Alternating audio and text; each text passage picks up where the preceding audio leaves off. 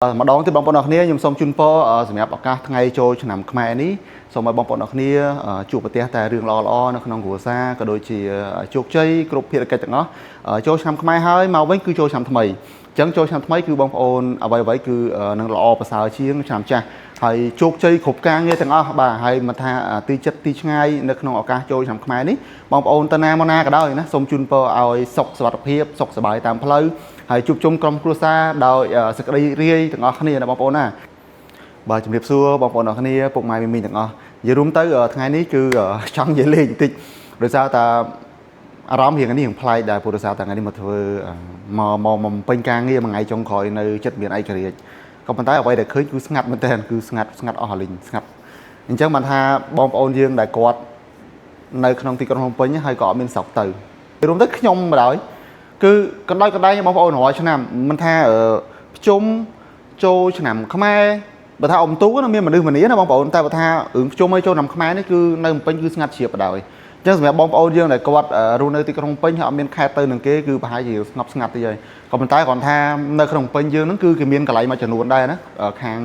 រដ្ឋបាលក្រុងយើងហ្នឹងគឺគាត់ចាប់ផ្ដើមធ្វើបានកន្លែងសង្ក្រាន្តអីច្រើនដែរអញ្ចឹងជឿទៅលេងទៅណាសម្រាប់បងប្អូនយើងនៅក្នុងភ្នំពេញកុំឲ្យមានអារម្មណ៍ថាឯកោពេកហើយសម្រាប់បងប្អូនយើងដែលគាត់មានខេត្តនៅ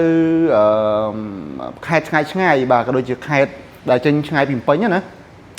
សម្រាប់ខ្ញុំថ្ងៃនេះខ្ញុំសូមជូនពរឲ្យបងប្អូនអរគ្នាធ្វើដំណើរដោយសុខសុវត្ថិភាពក៏ដូចជារីករាយសប្បាយនៅក្នុងឱកាសថ្ងៃចូលឆ្នាំខ្មែររបស់យើងដែលជាបុណ្យប្រពៃណីជាតិហើយទីទៀតខ្ញុំយកទៅថតនៅខាងក្រៅបងប្អូនមើលថាស្ថានភាពនៅខាងក្រៅហ្នឹងវាស្ងាត់យ៉ាងម៉េចឥឡូវយើងទៅមើលអស់គ្នាបណ្ដោយទៅមើលអស់គ្នា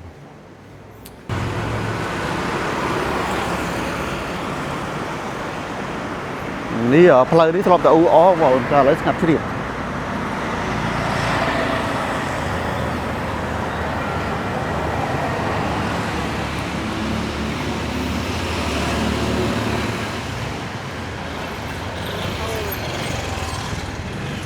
កន្លែងនេះពីមុនលក់បាយលក់ម្ហូបច្រើនណាបងប្អូន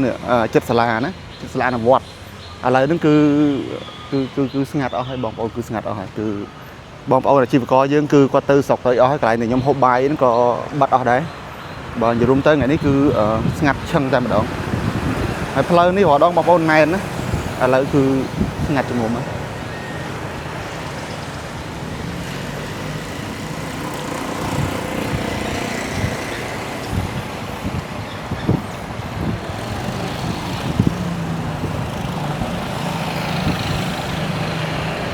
នេះផ្លូវ Pasteur បងប្អូនផ្លូវ Pasteur ក៏ស្ងាត់ដែរហាងម៉ាលីសក៏អត់សូវមានភ្ញៀវដែរព្រោះភ្ញៀវគេទៅស្រុកទៅអស់ហើយមានតែ2-3ឡានទេតាំងស្រុកមក